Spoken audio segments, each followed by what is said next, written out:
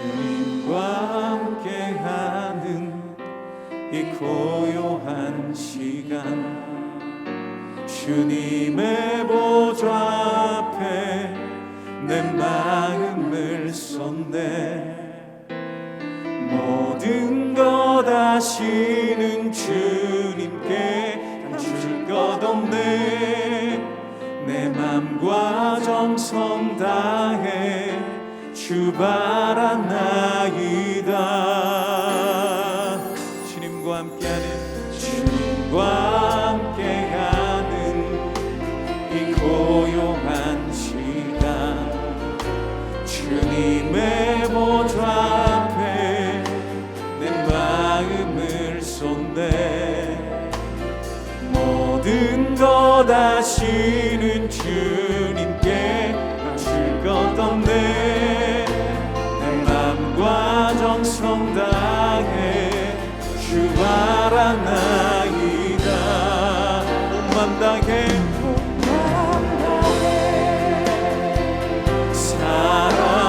사랑합니다. 온 맘 다해 주 알기 원하네. 내 모든 삶 당신 것이니 주만 섬기리. 온 맘 다 나 염려하지 않아. 선지자 예레미야가 예루살렘에서 이 같은 편지를 느부갓네살이 예루살렘에서 바벨론으로 끌고 간 포로 중 남아있는 장로들과 제사장들과 선지자들과 모든 백성에게 보냈는데, 그때는 여고니아 왕과 왕후와 궁중 내시들과 유다와 예루살렘의 고관들과 기능공과 토공들이 예루살렘에서 떠난 후라. 유다의 왕 시드기야가 바벨론으로 보내어 바벨론의 왕 느부갓네살에게로 가게 한 사반의 아들 엘라사와 hil기야의 아들 그마랴 편으로 말하되, 만군의 여호와 이스라엘의 하나님께서 예루살렘에서 바벨론으로 사로잡혀 가게 한 모든 포로에게 이와 같이 말씀하시니라. 너희는 집을 짓고 거기에 살며 텃밭을 만들고 그 열매를 먹으라. 아내를 맞이하여 자녀를 낳으며 너희 아들이 아내를 맞이하며 너희 딸이 남편을 맞아 그들로 자녀를 낳게 하여 너희가 거기에서 번성하고 줄어들지 아니하게 하라. 너희는 내가 사로잡혀 가게 한 그 성읍의 평안을 구하고 그를 위하여 여호와께 기도하라. 이는 그 성읍이 평안함으로 너희도 평안할 것임이라. 만군의 여호와 이스라엘의 하나님께서 이와 같이 말씀하시니라. 너희 중에 있는 선지자들에게와 점쟁이에게 미혹되지 말며 너희가 꾼 꿈도 고지 듣고 믿지 말라. 내가 그들을 보내지 아니하였어도 그들이 내 이름으로 그 짓을 예언함이라. 바벨론에서 70년이 차면 내가 너희를 돌보고 나의 선한 말을 너희에게 성취하여 너희를 이곳으로 돌아오게 하리라. 너희를 향한 나의 생각을 내가 아나니 평안이요 재앙이 아니니라. 너희에게 미래와 희망을 주는 것이니라. 너희가 내게 부르짖으며 내게 와서 기도하면 내가 너희들의 기도를 들을 것이요 너희가 온 마음으로 나를 구하면 나를 찾을 것이요 나를 만나리라. 나는 너희들을 만날 것이며 너희를 포로된 중에서 다시 돌아오게 하되 내가 쫓아보내었던 나라들과 모든 곳에서 모아 사로잡혀 떠났던 그곳으로 돌아오게 하리라. 할렐루야. 7월 6일 토요일 새벽 예배에 나오신 성도님들을 환영합니다.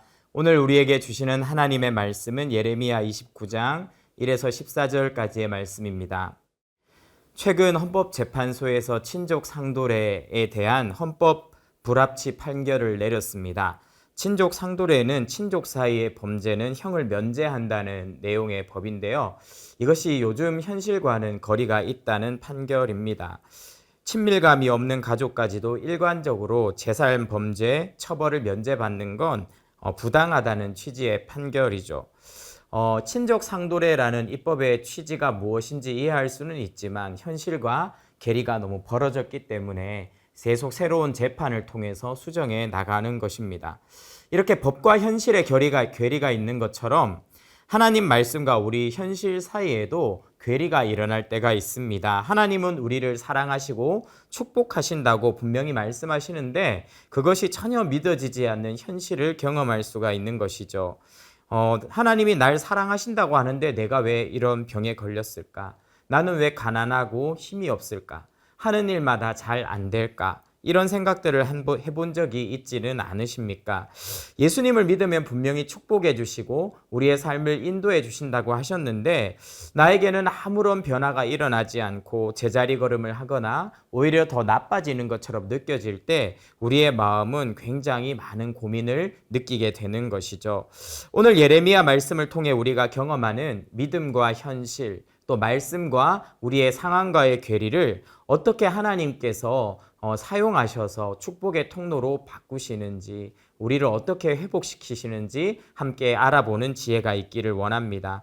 첫 번째로 오늘 본문에서 예레미야가 보여주는 내용이 있어요. 그것은 바로 사랑하면 말씀을 전한다는 것입니다. 1절에서 3절 말씀인데요. 먼저 1절입니다. 선지자 예레미야가 예루살렘에서 이같이 편지를 느부갓네살이 예루살렘에서 바벨론으로 끌고 간 포로 중 남아있는 장로들과 제사장들과 선지자들과 모든 백성에게 보냈는데, 오늘 본문에서 예레미야는 편지를 썼어요. 편지를 받는 사람들은 바벨론의 포로로 잡혀간 자들입니다. 그 중에서 살아남은 지도자들과 백성에게 예레미야가 편지를 쓴 것이죠. 먼저 이 편지를 쓴 상황을 좀 살펴봐야 하겠습니다.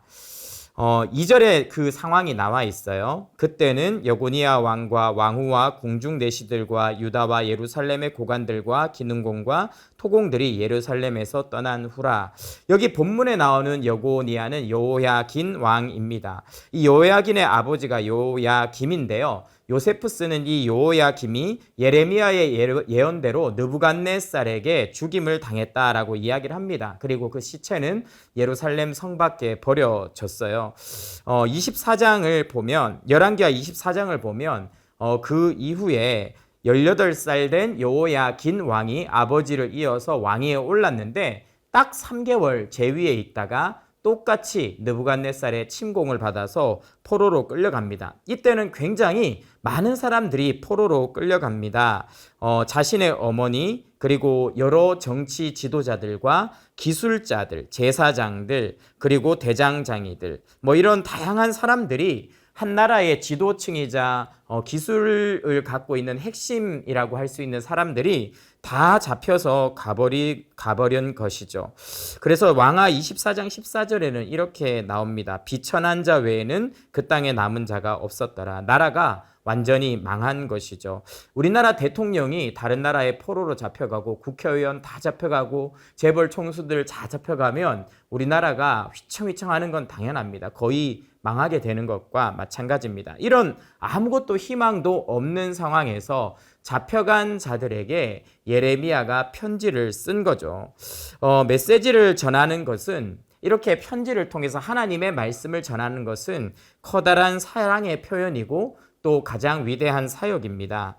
예레미야는 포로로 끌려간 자들에게, 가장 절망적인 순간에 있는 자들에게, 고통을 겪고 있는 자들에게 하나님의 말씀을 전했어요. 좌절에 있는 자들에게 하나님의 말씀을 전해서 그들이 포로 생활 가운데서도, 고통 속에서도 방향을 잡고 뚜벅뚜벅 믿음의 삶을 이어가기를 바랬던 거죠. 어두운 상황 속에서 항해하는 배가 등대의 빛을 보고 방향을 잡는 것처럼 예레미야도 정말 이 말씀의 빛을 통해 포로 생활하는 이스라엘 백성들이 정말 새로운 삶을 잘 이어나가기를 원했던 것입니다. 이런 예레미야의 모습을 보면서 바울 생각이 났어요. 바울은요, 끊임없이 하나님의 백성들에게 편지를 써서 보냈습니다. 자신이 감옥에 있을 때이든지 어려울 때든지 반대를 받아서 도망가닐 때이든지 바울은 상관하지 않고 아무리 바쁘더라도 붓을 들어서 편지를 써서 자신이 개척한 교회들의 하나님의 말씀을 전했죠. 그 말씀을 전하는 것이 바울의 사랑이었고 사역이었습니다.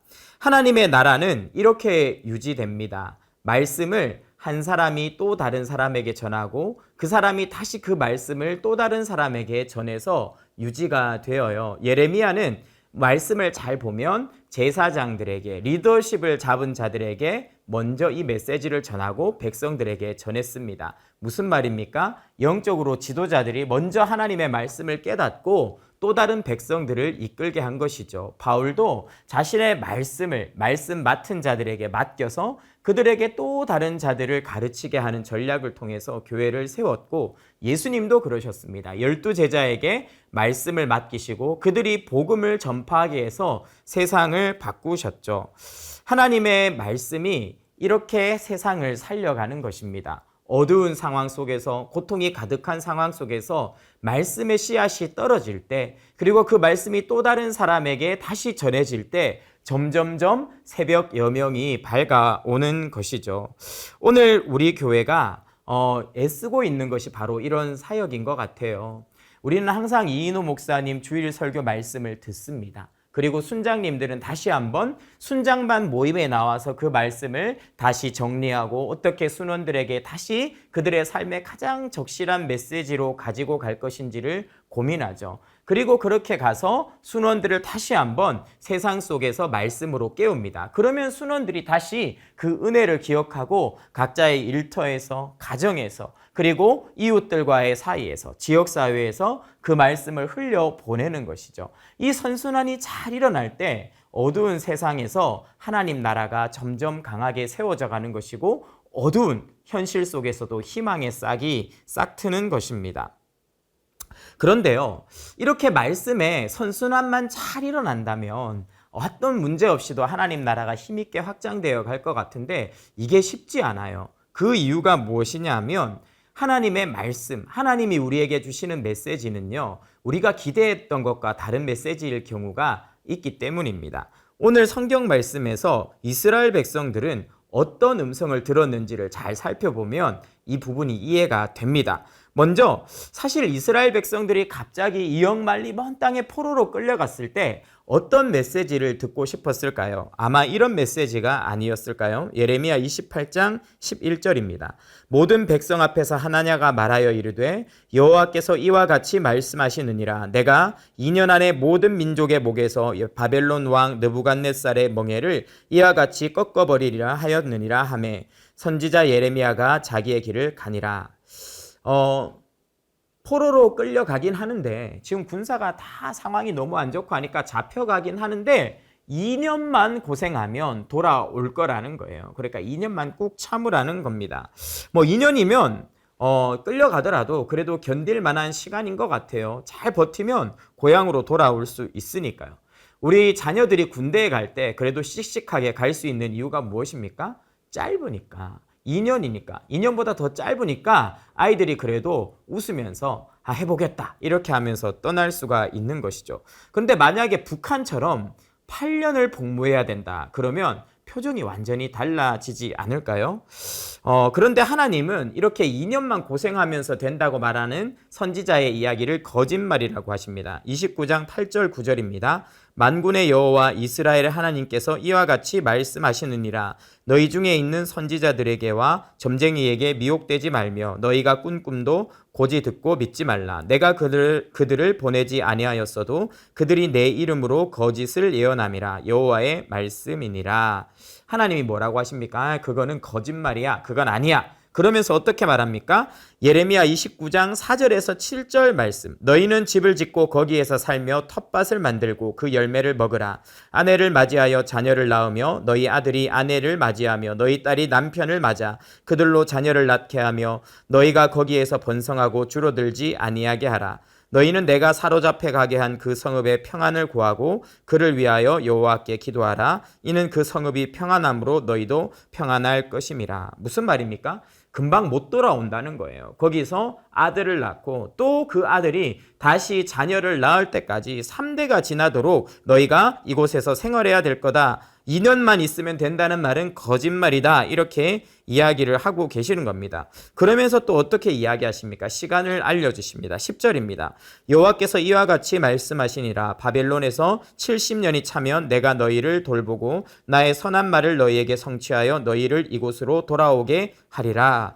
70년을 살아야 된다. 이렇게 정확하게 이야기를 해 주시는 거죠. 군대 이야기를 했는데요. 70년을 복무하라고 하면 누가 군대에 가려고 할까요? 군대 상황, 70년도 눈앞이 깜깜한데 포로로 끌려간 것입니다. 정말 상상조차도 하기 싫은 긴 시간인 것이죠. 그런데 기간만 힘든 게 아니라요. 그곳에서 살아가는 방식도 이해가 하기가 힘든 것이었어요. 아까 어떻게 살아가라고요? 거기서 자식에 또 자식을 낳으면서 살되 너희들을 포로로 잡아간 바벨론을 위해서 기도하면서 그 땅의 평안을 위해 기도하면서 살라는 겁니다. 유대인들이 이 메시지를 들었을 때 얼마나 힘들었을까? 잘 상상이 되지 않아요. 그런데 생각을 해봤습니다. 만약에 어떤 여자가 살고 있는데 집에 힘센 남자가 들어와서 자신을 겁탈하고 납치해 가서 자기의 집에 가둔 거예요. 그래서 이 여자가 너무나 힘들게 버티고 있다가 전화기를 어떻게 구해가지고 112에 전화를 한 겁니다. 구해달라고. 그런데 경찰이 그렇게 하지 마시고 거기서 70년 동안 사십시오. 그리고 당신을 잡아온 남자에게 잘 하십시오. 그것이 당신이 잘 사는 길입니다. 이렇게 말하면 얼마나 황당하고 화가 치밀어 올랐을까요? 예레미야의 이야기를 듣는 이스라엘 백성들의 마음속에 그런 엄청난 영적인 충격과 자신이 바라는 메시지와의 현실과의 괴리감이 있었을 것입니다. 이렇게 모든 것을 읽고 다 자포자기할 만한 순간에 하나님은 어떻게 이 현실과 하나님의 말씀 사이에 있는 엄청난 괴리를 극복하라고 이야기하고 계십니까? 먼저 11절입니다. 여호와의 말씀이니라 너희를 향한 나의 생각을 내가 아나니 평안이요 재앙이 아니니라 너희에게 미래와 희망을 주는 것이니라. 하나님이 먼저 우리의 감정과 다른 말씀을 주세요. 야, 너 이런 말씀 들으니까 눈앞이 깜깜하고 버림받은 것 같니? 그게 아니야. 내가 너에게 준 말씀은 평안이야. 미래를 주는 것이야. 소망을 주는 것이야. 하나님께서 이렇게 이야기를 하시는 거죠. 그리고 어떻게 합니까? 내가 이 70년간 너희가 이곳에서 살면서 생육하고 번성하고 또 오히려 바벨론을 위해서 기도하면서 그곳에서 삶을 이어나가는 것이 너희에게 소망이라는 말이 안 믿어지니? 그것이 축복이라는 말이 안 믿어지니? 그러면 이렇게 해. 12절입니다. 너희가 내게 부르짖으며 내게 와서 기도하면 내가 너희들의 기도를 들을 것이요. 무엇입니까? 현실과 말씀의 괴리가 느껴질 때 하나님의 말씀이 도무지 믿어지지 않는 그 순간에 딴 거 하지 말고 내게 부르짖어라 이렇게 이야기합니다. 여기 나오는 부르짖는다는 원어는요. 나의 이름을 불러서 나를 초대하라는 말이에요. 나를 불러 초대하라 이런 말입니다. 하나님의 말씀과 내 현실이 너무나 멀게 느껴질 때 하나님을 부르라는 거예요. 하나님을 내 삶의 현장으로 초대하라는 것입니다. 그리고 뭘 하라는 거예요? 기도하라는 것입니다. 하나님께서 주신 약속, 이 말씀이 믿어지지 않습니다. 하나님 도와주십시오. 저를 구해주십시오. 저에게 믿음을 주십시오. 하나님 앞에 울부짖으며 기도하라고 하시는 것이죠. 그렇게 하나님 앞에 기도하며 나아갈 때 어떤 일이 일어납니까? 13절의 말씀입니다. 너희가 온 마음으로 나를 구하면 나를 찾을 것이요 나를 만나리라. 우리의 현실과 말씀의 괴리가 일어날 때 하나님을 찾고 그분 앞에 치열하게 부르짖을 때 뭐라고 하십니까? 우리의 기도를 들으실 뿐 아니라 하나님이 우리에게 다가와 주셔서 우리를 만나 주시겠다. 너희가 그때 나를 만날 것이다. 그렇게 처절하게 부르짖을 때 나와 인격적인 만남을 경험할 것이다 라고 하나님은 이야기를 하십니다. 그리고 그렇게 하나님을 기도의 과정을 통해 몸부림치며 하나님을 찾는 과정을 통해 만난 사람들에게 어떤 말씀을 하십니까? 14절입니다. 이것은 여호와의 말씀이니라. 나는 너희를 만날 것이며 너희를 포로된 중에서 다시 돌아오게 하되 내가 쫓아보내었던 나라들과 모든 곳에서 모아 사로잡혀 떠났던 그곳으로 돌아오게 하리라. 이것은 여호와의 말씀이니라. 무슨 말입니까? 상황은 안 변해도 괜찮아. 여전히 포로라도 괜찮아. 거기가 예루살렘이 아니라 바벨론이라도 괜찮아. 너희가 나를 찾고 나를 만난다면, 기도해서 나와의 관계를 계속 이어간다면 너희가 그 시간을 이겨낼 수 있을 것이고 언젠가는 반드시 내가 약속한 때에 회복을 경험할 거야. 그토록 바라던 고향으로 돌아가는 일이 일어날 거야. 먼저 나와의 만남을 회복해. 나와의 관계를 회복해. 그러면 그 다음에 너희의 현실에 다시 단비가 내리기 시작할 거야 라고 하나님께서 말씀해 주고 계시는 것이죠. 가나안 혼인잔치에 예수님을 생각해 보십시오. 엄청나게 많은 잔치가 이루어지고 있었어요. 풍성한 잔치가 이루어지고 있었어요. 그러다가 포도주가 뚝 떨어졌습니다. 그때 어떻게 했습니까? 마리아가 예수님을 찾잖아요. 그리고 예수님께 기도하잖아요. 그 상황을 아뢰잖아요. 당장은 해결되는 것처럼 보이지 않았습니다. 하지만 그 현실 속에서 그 잔칫집이 초상집으로 변할 수 있는 그런 큰 위기 속에서 예수님을 찾고 예수님께 기도하자 더 크고 위대한 축제가 그들에게 허락되었던 것이죠. 우리가 살면서 우리 인생에 수많은 문제가 발생합니다. 우리 인생에 어두운 밤이 옵니다. 도저히 우리 힘으로 감당할 수 없는 그런 격정적인 위기의 순간이 옵니다. 그때 하나님은 뭐라고 이야기하십니까? 그때가 나를 찾아야 할 때이다. 그 엄청난 괴리감 속에서 힘들 때가 나의 이름을 불러야 될 때다. 기도할 때다. 그러면 내가 너에게 다가갈 것이고 내가 너를 만나줄 것이고 그렇게 나와 믿음으로 동행하다 보면 반드시 역전의 순간에 이르게 될 것이다. 주님이 말씀하고 계신 것이죠. 오늘 하루도 인생의 밤 가운데 계신 우리 성도님들, 인생의 큰 위기의 파도 속에 있는 우리 성도님들, 오늘 성경 말씀처럼 정말 하나님의 약속의 말씀을 붙잡고 다시 한번 기도하고 주님을 찾으심으로 주를 만나고 주와 동행하며 인생의 역전까지도 경험하시는 귀한 축복이 넘치시기를 주님의 이름으로 축원합니다. 세 가지 말씀을 가지고 기도하도록 하겠습니다. 때를 얻지 못하던 말씀을 전하게 하소서. 여름 사역의 현장 곳곳에서 하나님의 말씀이 전파되게 하소서. 내가 원하는 방향과 다를지라도 하나님의 말씀을 믿음으로 받게 하소서. 말씀과 현실의 괴리를 느낄 때 믿음으로 기도하며 응답받고 승리하게 하소서. 아멘. 계속해서 영아부 여름 성경학교를 위해서 기도하겠습니다. 예수님 성품을 따라 아장아장이라는 주제로 성경학교가 진행될 때 아기들과 부모님들과 선생님들이 예수님의 성품을 더욱더 닮아가게 하소서. 아멘. 교역자와 영아부 선생님들에게 성령의 지혜와 복음의 열정을 더하여 주셔서 좋은 컨텐츠를 개발하게 하시고 성령 안에서 연합하여 기쁨으로 준비하게 하소서. 아멘. 예수님의 성품이 아기들에게 깊이 새겨지게 하시고 영아부 가정들마다 마음을 다하고 뜻을 다하고 성품을 다하여 하나님을 사랑하는 믿음의 가정으로 세워지게 하소서. 아멘.